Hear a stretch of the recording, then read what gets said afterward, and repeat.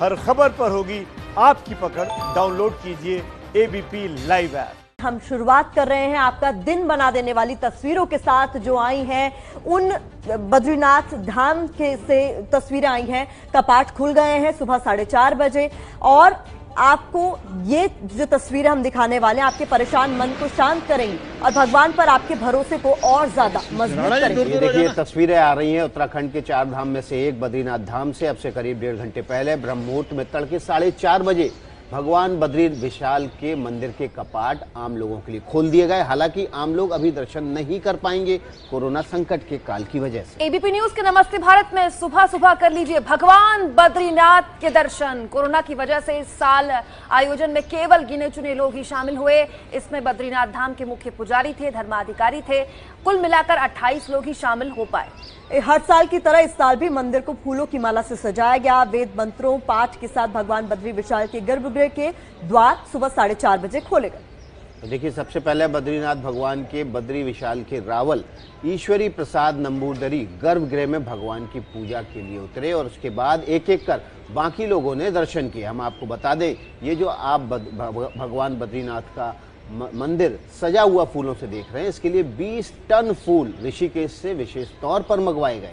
पिछले कई दिनों से यहाँ तैयारियां चल रही थी। ये पूरी नगरी है शिव की, लेकिन यहाँ जो मंदिर है ये भगवान नारायण का है, यानी कि विष्णु का है। इसके पीछे भी पौराणिक कथा है। कहा जाता है कि भगवान शिव की नगरी में बाल रूप लेकर भगवान विष्णु आए। पार्वती उनके बाल रूप में मोहित हो गई और पार्वती से उन्होंने कहा कि मुझे ध्यान के लिए जगह दे दीजिए, और ऐसे शिव की नगरी में भगवान विष्णु ने विराजमान इस तरह से अपने भक्तों के लिए वो हुए। तो इस संकट की घड़ी में भी देखिए फूलों की सजावट यहाँ मंदिर में की है। 10 क्विंटल गेंदे के फूल से सजावट यहाँ पर की गई है और खास इस बात का ध्यान रखा गया है कि यहाँ पर इस दौरान भी सोशल डिस्टेंसिंग का ध्यान रखा जाए। 28 से ज्यादा लोगों को मंदिर में प्रवेश करने की इजाजत नहीं और इन लोगों को भी खास तौर पर विशेष पास मुहैया कराए गए हैं। देखिए आप इस वक्त दर्शन कर रहे हैं भगवान बद्री विशाल के कपाट खुलने के उस समय के, जब कपाट खोले गए थे शीतकाल के बाद।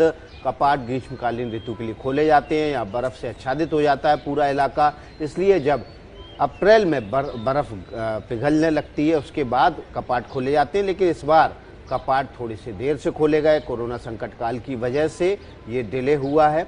और हमारे साथ लखनऊ से संवाददाता रणवीर सिंह हमारे साथ जुड़ गए हैं और जानकारी के लिए। रणवीर क्या अपडेट है अभी? देखिए कपाट आज खोले जा रहे हैं पूरी विधि विधान से और ये पहला मौका है जब बद्रीनाथ के कपाट को खोलने में कुछ दिन टाला गया है, क्योंकि लॉकडाउन की वजह से केदारनाथ के कपाट तो खुल गए थे जिस दिन तय था। हालांकि केदारनाथ में भी जो लोग थे वो सीमित थे, किसी को बाहर से आने की अनुमति नहीं थी। लेकिन बद्रीनाथ प्रशासन की तरफ से ये तय किया गया था कि ये जो कपाट खोलने की तिथि है उसको आगे बढ़ाया जाए और उसको बढ़ाकर 15 मई किया गया था।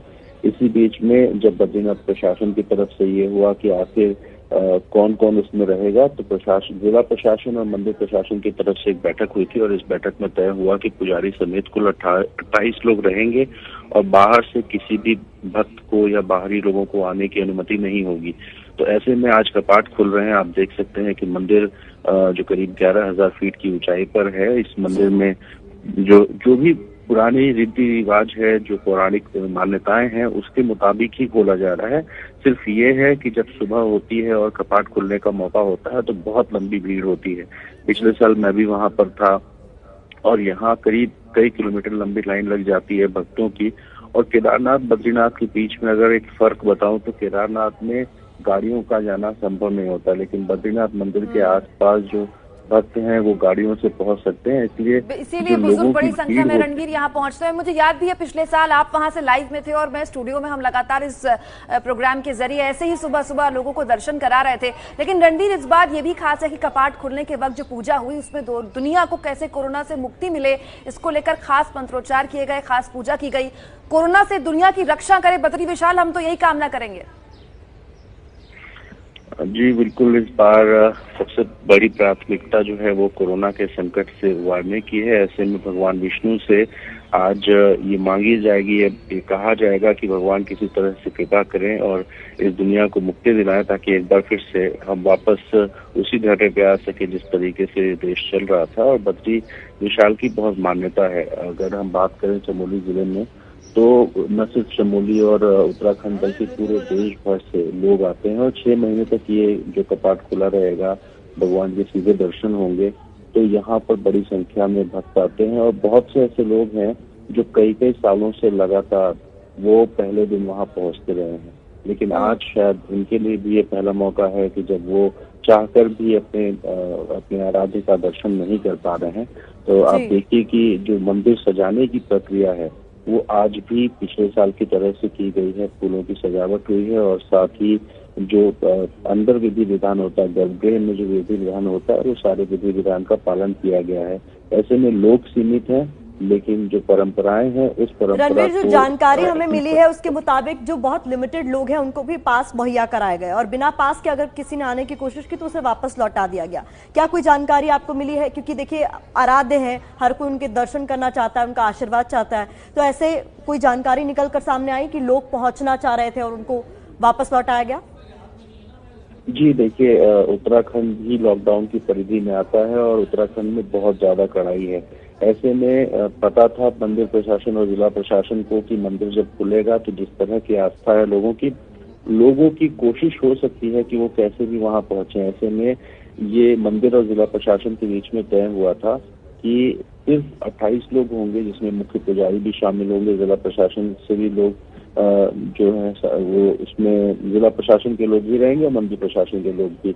और इसी 28 लोगों की मौजूदगी में होगा। मंदिर के आसपास बैरिकेडिंग की गई थी। मेरी मुख्य पुजारी जो वहाँ के हैं उनसे बात हुई थी, उन्होंने हमें इस बात की जानकारी दी थी कि सहमति इस बात की बनी है कि सिर्फ 28 लोग रहेंगे और जब तक अगले आदेश तक मंदिर खोलने की अनुमति नहीं होती तब तक फिलहाल मंदिर के कपाट खुले रहेंगे, पूजा पाठ होती रहेगी, लेकिन लोगों को वहां जाकर दर्शन की अनुमति नहीं होगी।